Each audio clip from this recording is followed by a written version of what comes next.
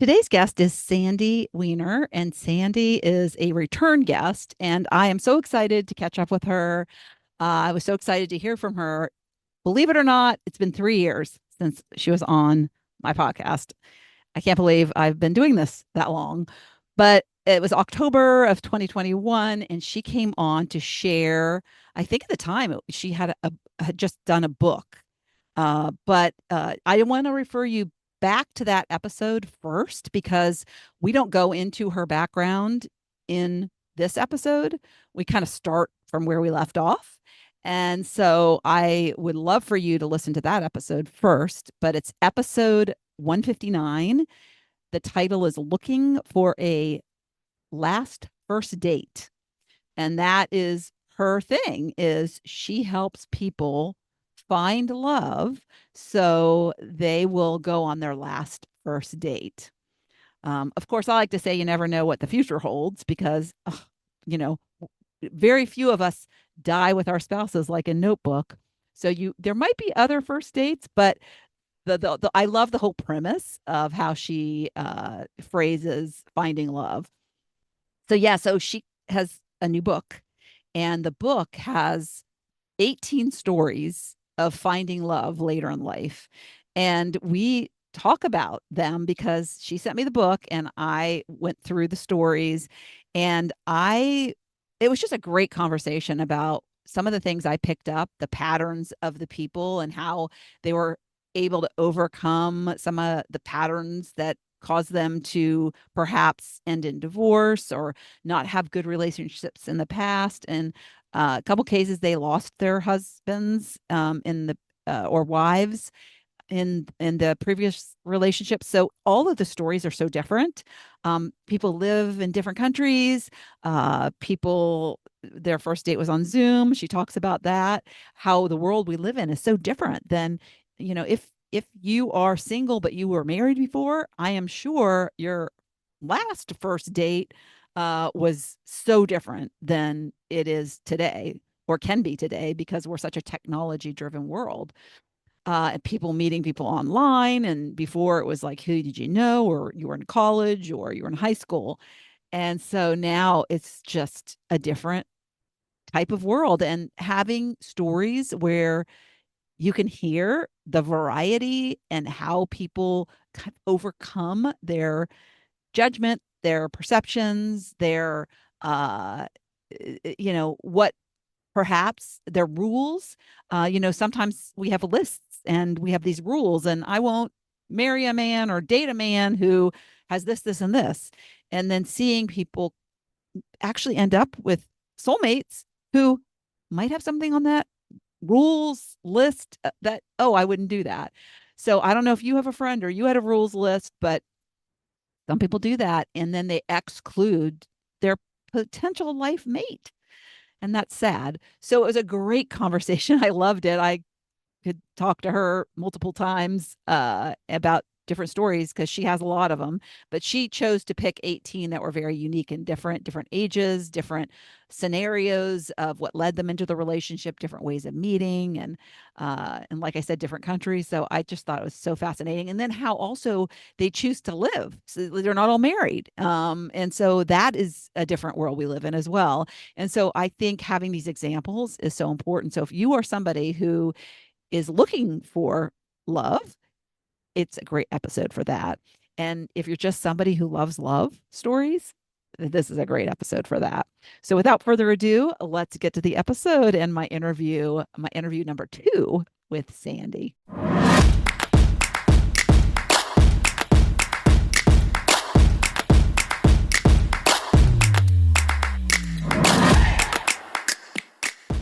Welcome to another episode of Living Your Sparked Second Half.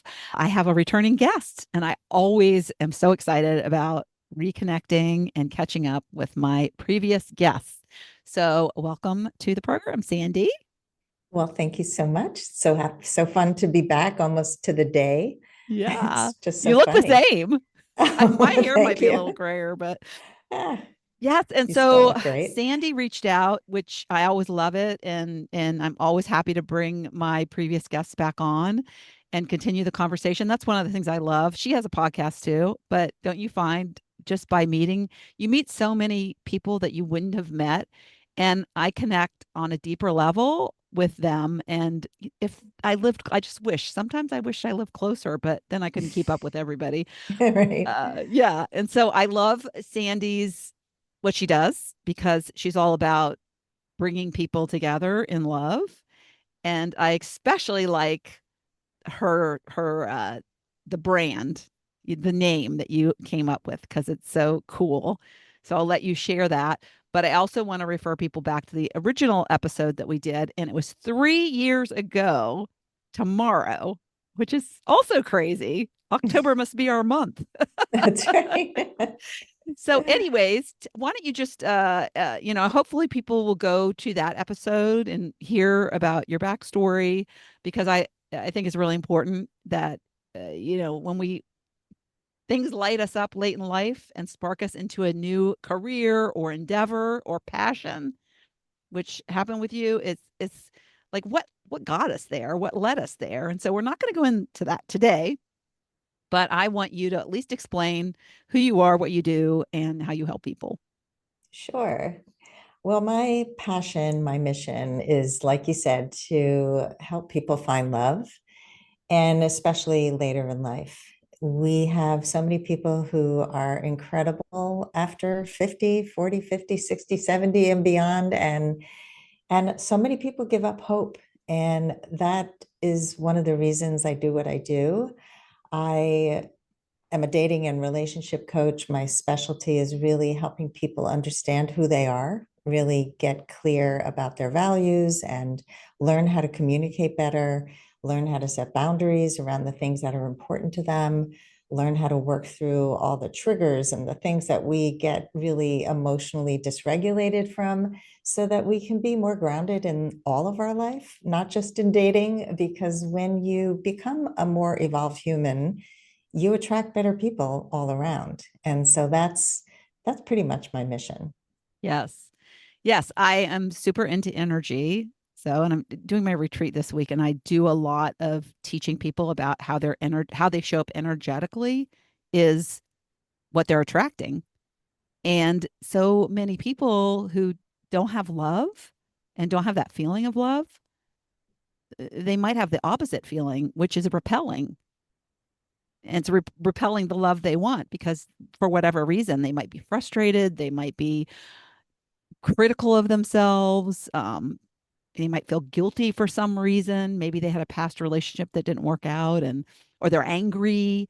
All of those feelings create this negative vibration. And so it's so true that when you start to work on yourself, and people always think, oh, it's them. Yeah, it's so great. But I love, so she just did a new book. And when you reached out and told me what your book was about, I was like, oh my God, I wanted to do that. But my book was actually about how people rekindle, like later in life rekindles. And yours is just about finding love later in life, which is great. I mean, you have a broader, you could probably find more people because there's a lot of people that have found love later in life. So there's still room for my book, but then again, there's still lots of stories, right? The stories are Yes. endless. So yeah, and so Sandy's so sweet that she sent me a copy of her book so I could read it. And there's 18 love stories in it, and they're all so different and so relatable in so many ways. And so yeah, so do you tell me what's happened first of all? Let's start with 3 years ago to get 3 years ago tomorrow, we chatted. What has Yes. Sandy done for the last 3 years other than write a new book? Well, Probably I helped a lot of survived people. survived the pandemic without getting coronavirus. That was pretty amazing. Uh, yeah, I think coming out of the pandemic, for me, it brought up a lot of creativity. When 2020 happened, I came up with a new course, How to Find Love During the Pandemic. And because a lot of people were like, oh, it's the pandemic, we can't date. So I'm always Well, looking that's for true. ways to get What a people horrible time to be single. well, yes and no. So in many ways, the pandemic erased a lot of the things that are barriers to dating, like who pays on the first date? Where do we go? What if the person lives long distance? Uh, what about sex on the first date, on the third date? All of that was off the table. So now we could get creative and really get to know people and then decide if they're going to be part of your bubble. And so many amazing relationships happened. And I taught people, women, how to connect on a deeper level That is through. what, first of all, that is so cool because I think our generation is from, and how old are you? Do you mind saying? I'm 68. 68. Yes. Our generation didn't Zoom. No, We didn't we do, didn't. we didn't FaceTime. We didn't do those things. And so I would imagine that a lot of people automatically thought, like I did, oh my gosh, how horrible to be single now. I have no opportunities. And here Right. you are coming along with this new way of doing things. That is fantastic. I love Well, that. thank you. And the Yeah. other thing that it did is it got us to really be clear what was important to us. And I think it had a lot of positive repercussions, but again, it depends on how you look at things. So a lot of people found relationships. Some of them are in the book, and so then I don't know if I had already published my second book when I met with you last time. That one is called Choice Points in Dating. That was actually a Oh year no, ago. yeah. I This haven't seen book, that one. so Nice. my first book is called, well, I had another book, but I don't really talk about it because I co-wrote it. This one's called Becoming a Woman of Value, How to Thrive in Life and Love. And this one was written probably 4 years ago. Then that So one I just want is, to like tell and remind my listeners, you said you were 68 now. You were 64, wrote your first book, co-wrote your yeah. first book at 64. Yes, there is such possibility later in Hmm. life to find a new spark and to do things that are helpful and serve the world. Yes. And I want to say that I never saw myself as a writer. That's another thing. Like we limit ourselves so much. I was an artist until I became a life coach, and then I became a dating coach and a relationship coach. All of these things just never occurred to me. Art was it. That was any type of art, any type of creativity. But my mom was the family writer. In fact, she used to write my term papers. She would say, I'll write it for you. And so it was like, you don't know how to write. I'll do this for you. And she would do it for everybody. She would did it for her husband. And the message was, you're not really talented in this area. And when I became a coach, I couldn't stop talking. I think like I couldn't stop talking, I couldn't stop writing. And I finally found my voice in so many ways. And so I was 50 when I got divorced, something like that. And all of these skills that I didn't know I had started to come out. And, it's just a matter of practice. I never saw myself writing books. And it was like this huge mountain, and not me, my mother. Meanwhile, my mother never published a book. And here I am with my fourth book. So, yeah. Yeah, I So, think that, yeah, I think so many of us don't really know ourselves until we yes. get to midlife. And then we start to realize what's important and what makes us happy. And I mean, we start to go through that quest. Yeah. And knowing the end of a life, we don't know, but how much time we have left, the timer is ticking more so now than it ever was. And so, yeah, we forgot to say what you call your program. I think is Last First Date is that, Yeah. or So, that's your podcast. Last First Date is my website, lastfirstdate.com. My podcast is Last First Date Radio because it started as a radio show 11 years ago. Again, who thought I could be a podcast host? We weren't even talking podcast in those days. So it was an internet radio show and it reached so many people. And then I just kept doing it. And then I have a group on Facebook called Your Last First Date. So it's all part of the Last First Date brand. Yes, yes. And I should Yeah. definitely hook you up with some of the guests I've had that would really be great. Who it just, you don't even know. That's not originally why I would have them on my podcast, but in our conversation, it comes up and, oh my God, you had this experience where you were dumped, or, your husband died, or, there's many of them. And then they found love again. But like you said, I think what's so important is you mentioned you evolve, we evolve, and the more you evolve into who you are meant to be, the more that you're going to find that person that you're meant Yeah. to be with. Yeah. And you take emotional risks and you put yourself out there and you learn the skills that you need to do better. Yes. You know, you don't become a good writer overnight. You may have a lot of passion for it, but it's the continuation of writing all the time. And I took workshops, go to Toastmasters, so I become a better public speaker. You get the support you need, but then you work on it, you apply it, you're consistent. And I believe in the potential of pretty much everybody. I went on a date recently with a guy and I was telling him about a client of mine who I'm helping her see how less boring she is. She grew up her whole life thinking I have nothing to say and I'm kind of boring on dates. And I said, you know, you have a lot more stories than you think you have. And I'm helping her curate her life stories, her pivotal moments. And so I'm telling this guy because I'm super excited about the progress this woman's making. And he's a therapist. And he says, oh, she probably is boring. And it was like right there, I was like, you know, I don't, you're joking, maybe, I don't know, but that's not a nice joke. And I hope you don't treat your patients that way because I certainly don't. I don't take on anybody who I don't think wants to grow, but you know, we all have these hidden potentials, and I'm sure Yeah, that's that's so what sad you that help he's a people. therapist and he doesn't have that uh kind of belief, it sounds like. Yeah, He what that says to me is he's judging his patients. yeah, And I would say the only reason she's boring is because she's void of passion. hmm, Boring is like an identity that you're carrying that you can shed. It's yeah, and that fact that he wouldn't see that as an opportunity for not only himself as a therapist to open this wide open, this possibility for her, but yeah, that he judges people. Sometimes with therapists, and I know there's great therapists, but for me, somebody who goes to a therapist kind of like they get their hair cut. It's like, are you really being helped, or you just want a friend to talk to? yeah. Because to me, a therapist is like, okay, here's the problem, help me solve it.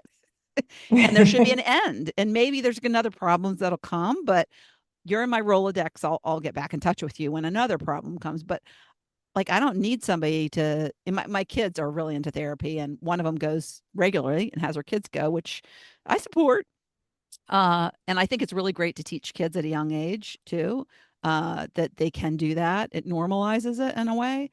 But yet at the same time, I'm thinking, you know, that that is doing that like twice a month.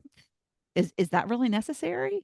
Why, you know, do you have that many problems that need to be solved? And if you don't have problems that are being solved, then is that effective use of your money? I don't know. Maybe I'm just old school, but and Well, yeah, I see it also as if you're so reliant on anybody, and that yes, includes support groups, that they should be teaching you skills so that you don't have another dependency. And I yes, always used to tell clients, my goal is for you to fire me. My goal is to teach you enough skills so that you can be independent and not need me anymore. So when people call me up and say, can we do a few sessions? I say, not really, because that's a band-aid and it's not going to give you the permanent change that I want you to have. yes. And so, yeah, we can do one session so you can get a taste of this, but a few sessions here and there is too sporadic, too ineffective. I want to do real work with people. Yeah. And I actually am speaking from experience too, because I was having problems in my marriage, my first marriage. And when we were married 6 years, I really felt like I wanted to get a divorce. This is not working out. Very immature, just not able to communicate, little kids, hectic, full-time job. It was just like life was crazy. And so I think, and we weren't taking time. We weren't, like I said, communicating. So I found a therapist. Actually, my mom was a guidance counselor, and one of her coworkers did counseling on the side. He had a business on the side, and he was a middle school counselor. and she really respected him. So I thought I'm going to go in. And so that's the first thing I say is if you're struggling and you need a therapist, talk to people. It's okay. Uh, like I said, I think in this day and age, it's accepted. But I think referrals are really important. So my ex husband and I went to him, and the first thing he said in the first appointment was, "I'm not here to stay with you. I'm here for you to graduate." And we probably went, for I want to say 3 months, Mm. and we refell in love, and it was great. I mean, it Yeah. worked, and Yeah. we graduated. And then fast forward 16 years, we got back to, not happy, need to work this out. It was him, not me, the second time around. And so called him up, and he was retired. And Oh. so, but he referred me to somebody, and we went to him, and guess what? We graduated. Mm. And then ultimately we divorced after 20, we were 25 years when we finally separated. But there were a lot of good years in there. And it was because we didn't have permanent therapy. We had therapy that actually got us from point A to point B and helped. Yeah. Yeah. That's what you're looking for. So you're Yeah. lucky to find somebody really good. Yeah. Yeah. Yeah. And so I want to go to your book because I think some of the stories and how they resonated with me would be interesting, would be interesting conversation fodder. And one thing I like about your book too, first of all, very different stories. You also interviewed them, so it was like their perspective. I also like that. I think in all cases they were people who'd worked with you. Not all of them, no. Oh, not all of them. Okay. But Many. many of them were people who'd worked with you. And so there was this before and after of how effective having somebody to talk to and get learn skills from Yeah. in terms of communicate. It's not just even the dating world. It's like the relationship world. And Hmm. the people, because a lot of these people had kids, and some had ex-husbands they were dealing, and ex-wives. So I love the perspective of they're reflecting of who they were before and how they transformed, which, Mm. you know, in a relationship. And also acknowledging that it's not always completely rosy. But the thing that I loved that I saw throughout most of the stories was that they were continuing to work. They communicated so much better than they had before. So Yeah. they had this commitment to developing the relationship in themselves instead of like Yeah. fighting and, being silent treatment, which I did a lot of in Hmm. my first marriage. Yeah. So I Yeah, well, like, the first story in the book, Kara and CJ, I actually just officiated their wedding in September. yeah, that's so Camille It was his was, name. That's crazy. yeah, Camille Joseph. That was an amazing relationship. So to take them from Kara saying I was never attracted to anybody after my divorce to finally going on the fourth date with CJ, which never would have happened, to falling madly in love. I mean, you could see when I was there, because I don't meet my clients, they're all on Zoom, meeting them both for the first time and seeing the love they had and the love that was in that room. Her in-laws from her first marriage were at that wedding. And I was getting my car out of valet parking on Sunday morning to leave. And he was standing next to me and he said, "We love Kara so much. My son did not treat her well, but we love Kara and we love CJ." And my heart melted because you never hear that. It was amazing. But Kara had to learn how to fight fair. So did CJ. They both had to. I mean, he was persistent, he was patient, but he saw something special in her. But I remember every step of the way. How do you talk about sex? How do you talk about money? He moved in pretty early on because his house had mold and he had to find a place to live and they made it work. He didn't wash the dishes. She was getting pissed, but she had worked a whole day. He made dinner. And then she learned to let things go. I mean, it's all the secrets, and that's what we share at the end of each chapter is the love lessons, which I really wanted to extrapolate from each story, that these things don't happen in a vacuum. It's Yes. not you just get lucky and you meet somebody, because she met him and would have dumped him. I mean, Yeah. that's what often happens. Yeah, and that is the other thing I wanted to point out about your book is you have these love lessons at the end of every story, and there are, there's parallels, but there's differences, and it's really nice when you can see an example of a story written out, and then you don't have to go learn those lessons on your own. You can just read them and say, "Oh, that's a good point. Right, I should do exactly. that." Yeah. So I one the parallels that I thought were so interesting were that we're such a judgmental species, Yeah. you know? And what these women seem to learn to do, because a lot of it was from the women's perspective first. Hmm. Um, but and I could see myself doing this. I actually have a funny story with my husband because he and I rekindled, and when we first met after not seeing each other for, we dated, we had broken up in 1979, December of 1979. And then we met for lunch in October of 2006. So there's a lot of time. We had Yeah. run into each other in between there, but I hadn't seen him.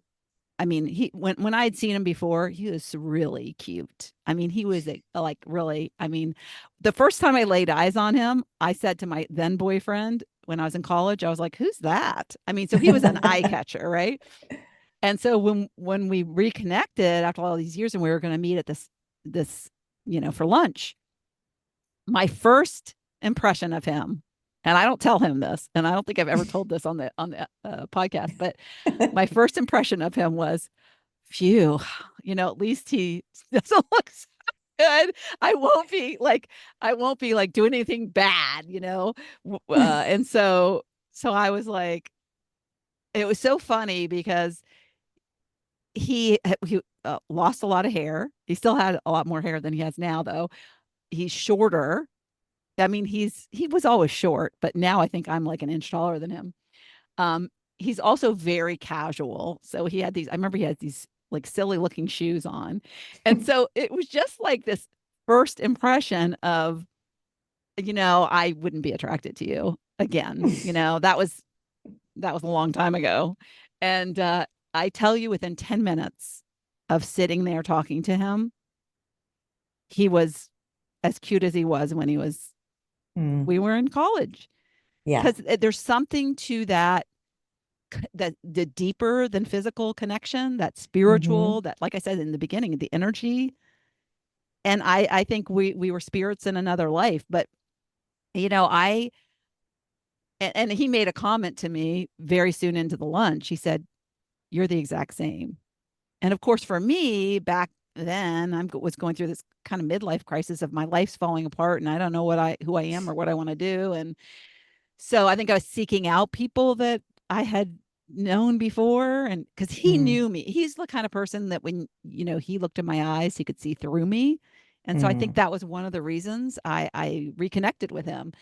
And and that was kind of like validation that I'm there's somebody inside of me that I've been suppressing, Mm.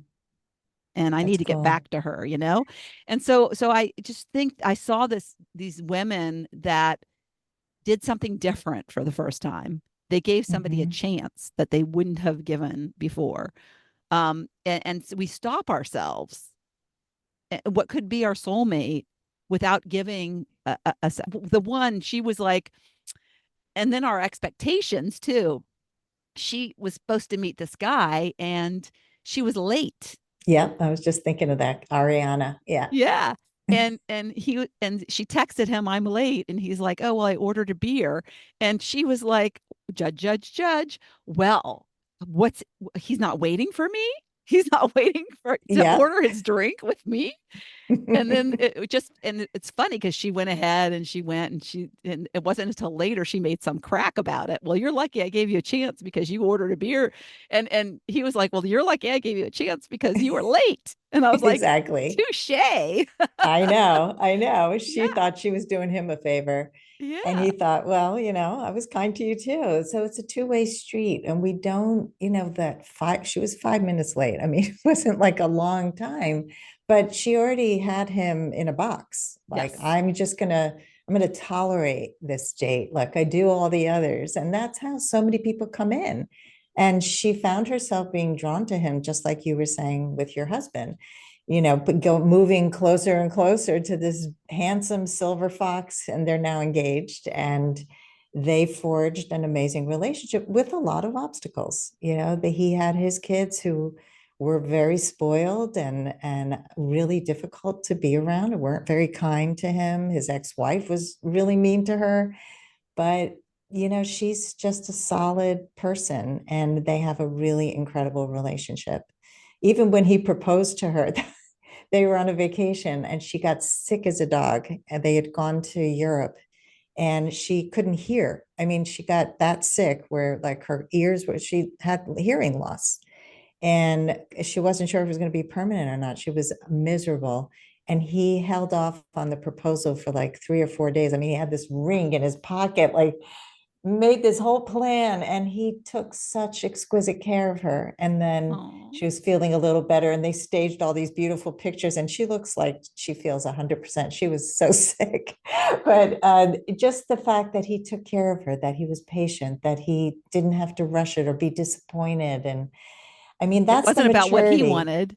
Exactly, Yeah. exactly. And It- so, doing the right thing. And you see that you were talking about reclaiming parts of yourself that were hidden inside. And I think that happens for so many people. They know what they will and won't tolerate. They know who they are, hopefully, or they work with someone like you or me and find out who they are.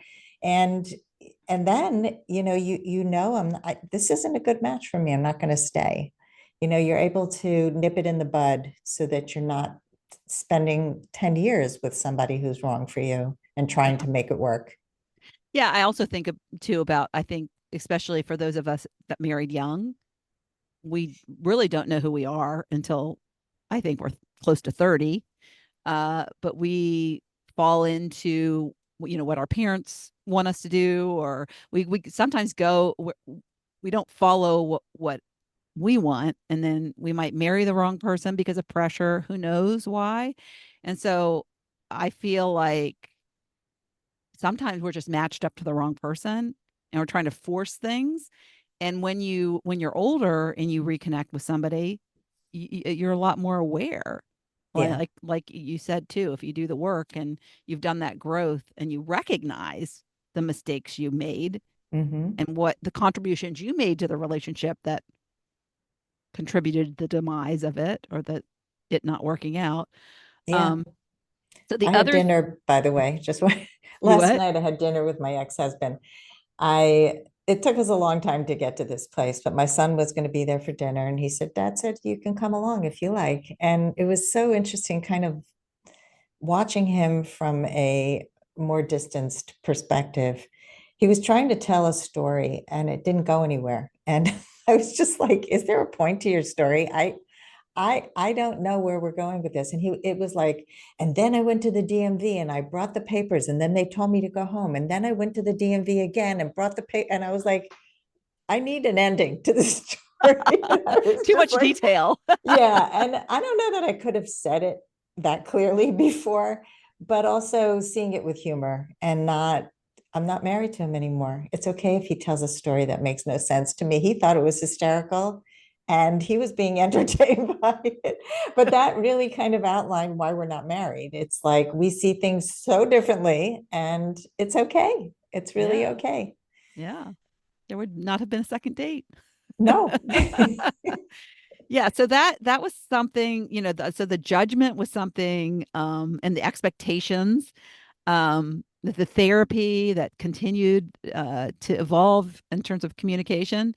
The other thing that I saw is Well, let me say this as it relates to expectations too, is I was really pleased, I think, by the different agreements in the relationship in terms of they were very you know societal societally accepted types of arrangements in some cases, because in the olden days we would get married, but now we live in a new world, and some of these people, I was so surprised, live in different countries. Like there was one couple and he lives in Italy, I think. Hmm. Another couple, he was in Uruguay when they started dating. Yeah. Yeah. And some aren't married. Some don't have an expectation of getting married. They're just in a really great relationship and they love each other, but their kids, their circumstances right now don't allow them to cohabitate. Uh, there's other people involved and there's not enough room type of thing. Hmm. And they're making, I think, adult wise decisions. They're not in any hurry. It's like we just enjoy being together. Yeah. Yeah, I think, one of the things that's beautiful about dating today and at this stage in life is this designer aspect of relationships. When we get married young and we're trying to find a spouse to help us bring up children and we have this whole plan, that's a very different thing. And then you get caught up in the raising children part, and that's usually where we have disconnect and the sex becomes bad and all that stuff. At this stage, it's we're looking for a friend, we're looking for a companion, a travel partner, somebody to co-create something with. It's for you, it's not for anybody else. And so we get to decide what that looks like. It doesn't have to have marriage stamped on it. It can be living apart together. It can be with a couple from Italy. So that circumstance also, he was in a partnership when he met Oh, her. right. And Yes. I remember she reached out and had a session with me and she said, "Is this crazy? We're meeting on Skype so he can practice English and I can practice my Italian." But they met because she went on this trip and ended up in this place by accident and ended up being seated next to him because she spoke Italian and loves Italy and loves travel. She worked with me for so many years. She's the most lovely person who just wasn't connecting with anyone. And she met this guy and it was like they were like time stopped. This was the connection Yeah. they had. Yeah. And he mentioned his partner a few times. She didn't know if it was a partner for business or a partner in life. And it turned out, I think, both. And he was sort of at the tail end of that relationship, but that didn't come up right away. So they're talking about practicing language skills, but they're getting to know each other over our Skype calls over time. And Yeah. Because now she came they're back to the States. So it she wasn't came like there was back any to the kind of, States. yeah, Yeah, physical thing. and not yet. And Yeah. then it happened. And it was like a movie. I mean, it was so cinematic where it's raining outside. She breaks her foot. She's The lying in universe bed was and protecting her yeah, exactly. But from doing, then, not they doing anything, kissed. not going too far. He had this epiphany. I have to break Mhm. up with this woman. This is more important to me. You're an incredible person. I want to make this work. And Yeah. again, not easy. But she now travels with him. She goes with him on these tours. He's a tour guide. And it's her dream come true. She could Yeah. never have imagined this would happen in her life. And Yeah. And as I recall the story, and again, I think these things sometimes we often happen as a result of something we didn't want to do. mhm, It's like, oh, I don't want to go there, or oh, I don't want to. That's And I think, as I recall the story, they had to go stay at some farmhouse because there mhm, wasn't a hotel or something. yeah, And then when they got there, she was with a friend, and when they got there, the woman was like, "Oh, it's come, there's dinner," and it was a big table of strangers, right? And mhm, then, "Oh, that guy over there, you can sit next to him," kind of thing. And I think yeah, because she could speak Italian, she thought that would be yeah. a good. But she went into it kind of like, "Ugh, Yeah, because it was not a disappointment. That was not the plan. yes." And it also was at the tail end of COVID where they couldn't travel for a long time. Travel was so important to her. So she finally makes this trip to Italy with her friend, and she's so excited to be there again. And now she's got to stay in this stupid farmhouse and talk to this handsome guy at the table. Yeah, But but yeah, this woman, yeah, the lesson there is to whenever your brain is saying no, like the universe potentially could be leading you where you're meant to go. yeah, yeah, I think that love almost always comes in a surprise package. And that Yeah. has to do with not only where you go, but also so many people have a type. I always tell people don't date your type. It's usually bad for you because it's usually some toxic trait. It's something that pulls you to this person chemically, but probably not good compatibility. And so it's peeling back the onion and finding out like why is this person your type? And how can you date people who are different than you normally date? And now, as we're taping this, we're a month away from the election here in the United States, and that politics comes up a lot. People will swipe left on any profile that has to do with politics that are different from theirs, including somebody who says they're conservative or moderate. If you're liberal, I mean, they don't even give these people a chance. And I always say it's about the values. It's not necessarily about the politician.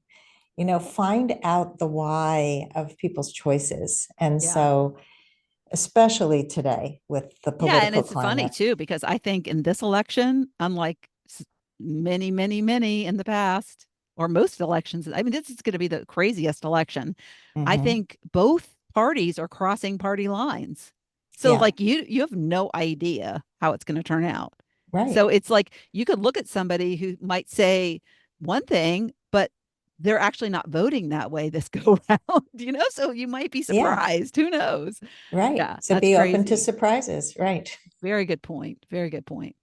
Um, so the other thing I loved was, and she might have been the oldest, it might have been the oldest couple that, as I recall, but she was 66 and he was 72. And Mhm. I just got from that story how it was something that was so beautiful and how it was something she never expected to have happen to her late in life. I mean, she was like a little kid. Like the way when I was reading it, it was like,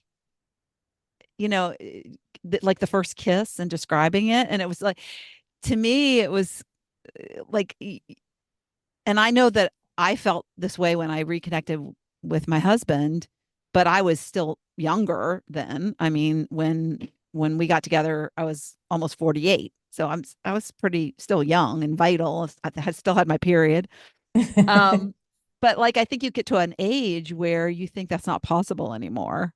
Like Hmm. those feelings I'll never feel again. Those are for kids or those are for Yeah. younger people.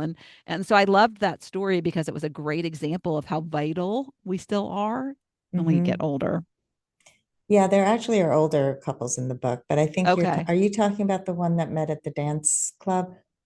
The one Uh where, maybe. because that's a really special story. She was a dancer, and Hmm. I mean she loved to dance at these dance clubs in New York City, and Yeah, she she did was in New not go York. there. She was in Yeah. New York. Yeah. And he lived in Florida but had a home in New York. Yes, And yes. Yes. yeah, so she never went there to date. She went there to dance because it brought her so much joy and passion. And just, I mean, she came alive. And so she met him when she was in her happy place. And he was a really good dancer. And so he ended up dancing with her like the whole night, but she didn't even think this is a date. Like, this is just a nice guy. He's a good dancer. I'm having fun. And then he asked her, I think, to have lunch with him. And then I think he hugged her. And that was when she was like, Yes. the sparks came. But because up until that point, she hadn't really thought of him that way. I was like, he lives in Florida and they Yeah, and make I it think work. he kind of gave her a light kiss on the lips unexpectedly, and then he apologized that he didn't ask her. And Oh, but it okay. was I think that was the one. Maybe I'm blending too, but it was just just the gist was, oh my gosh, it's kind of like something you'd read or you'd see in a movie, but people would be in their 20s or 30s. It wouldn't be somebody who was in their 70s. Yeah, I mean, people at any age, Mhm. everybody really wants to love and be loved, really. Yeah. And it's it's such an important thing to just keep going. I wrote this book really to give people hope, and that it's the tagline in my on my website, hope and confidence to love again, because it takes hope, but it also takes the confidence and knowing skills and not just, shooting in the dark. But I had seen so many people give up hope, and I had seen so many people have such fixed mindsets around what it takes, or the fact that, well, somebody cheated on me, so everyone will cheat on me, or I, I, I'm widowed, I'll never find anyone like that again, so I'm just not going to date. And look, if people don't want to date, that's their prerogative. I know a lot of happy single people. But if you really do want to find a partner, don't give up. There are so many stories, and this is only 18 stories, and I Yeah. I chose them because they were also different. Different. And Yeah, I like that. yeah, Yeah. and some younger, some older. The one from Uruguay was fascinating because they spoke on Zoom, 30, 100 hours, I think, before But they you really met. get to know someone that way, which Yeah, was what I really love. yeah. Um, you can't get what are those things called that you have that the smell? You can't get Oh, that. the I've seen, pheromones, yeah, yeah. yeah, yeah, because that can play into it too. So you don't get that. So you're at a disadvantage there. But yeah, so to wrap up, I want to bring this back to what we were saying in the beginning, and the woman that we were just talking about, because you said she was in her happy place. She was in a good place because she loves to dance and she was Hmm. dancing. So it goes back to that energy. You want to be putting out good energy, and if you're not putting out good energy, you you you gotta check that first. I mean, how am I feeling? What vibes am I feeling? Um, and the second thing is when you say hope, it makes me think of what you were talking about of opportunities. We were talking about that therapist. He didn't see the opportunity in her. So we have to see the opportunity. Hope to me is seeing the opportunity that in your gut, like you might be thinking, oh, it's just going to happen like it happened in the past. That's what your brain's telling you. But because it matters to you and you want it, the opportunity is there waiting for you. And so, like, you have to have hope, but you have to also believe that the opportunity exists. And put Yeah. yourself out there to get Yeah. those opportunities to Yeah. happen to you. Really, it's all the things you said, and get support. Like, if you're really stuck in a pattern, hire someone like me to help you get unstuck. I Yeah. mean, and the book And choice you points. said you had a program. So is it a group so people can come into I a group, have or is it just one many on one? programs. Okay. So I have a group that meets monthly. That's more of like a webinar per month on a topic that's relevant to dating and relationships after 40. That's called the Woman of Value Club. But I work either in 6 month or 3 month packages for people, men and women, who are looking for love and are stuck, can't figure out why they can't find it, don't know how to get started. And yeah, and I then love that. just I have tons of courses. I'm about to relaunch my Find Love online course, and I'm adding a whole AI segment, Oh, cool. because I think that's really important. So I just actually was working on it this morning. I'm updating the whole course curriculum. And yeah, you can find all that stuff on my website, lastfirstdate.com. And just want to show the book for anybody watching this. Oh, that's so cute. The puzzle piece Thank with the you. heart in it. If you're on Yeah, YouTube, I love that. And the love is in love at red. last. Love at last. That's beautiful. So, Thank yeah, you. I must say that I can't imagine how rewarding it must feel to you to be the officiant at one of your clients' weddings and to know that, I mean, maybe they would have found their way to each other, but probably not. And that the tools that you've helped them with, at least her, I don't know who was your client, her or him, but I think it was her that you said, Yeah, it was her. but he's benefiting, because he's got Yeah. a better woman as a result. So kudos to you. Congratulations on all of the good work that you do. And Thank we all you. love love. So Thank you so much. I think people will find this episode really uplifting. Hmm. I hope so. And we should get back together again. We shouldn't wait 3 years, but I know in 3 years you'll still be going at it and you'll be doing a lot until then. So Well, it's you'll have fun to to come on my reconnect. podcast and we Oh won't wait yeah. that long. Yeah. All right. Thank you.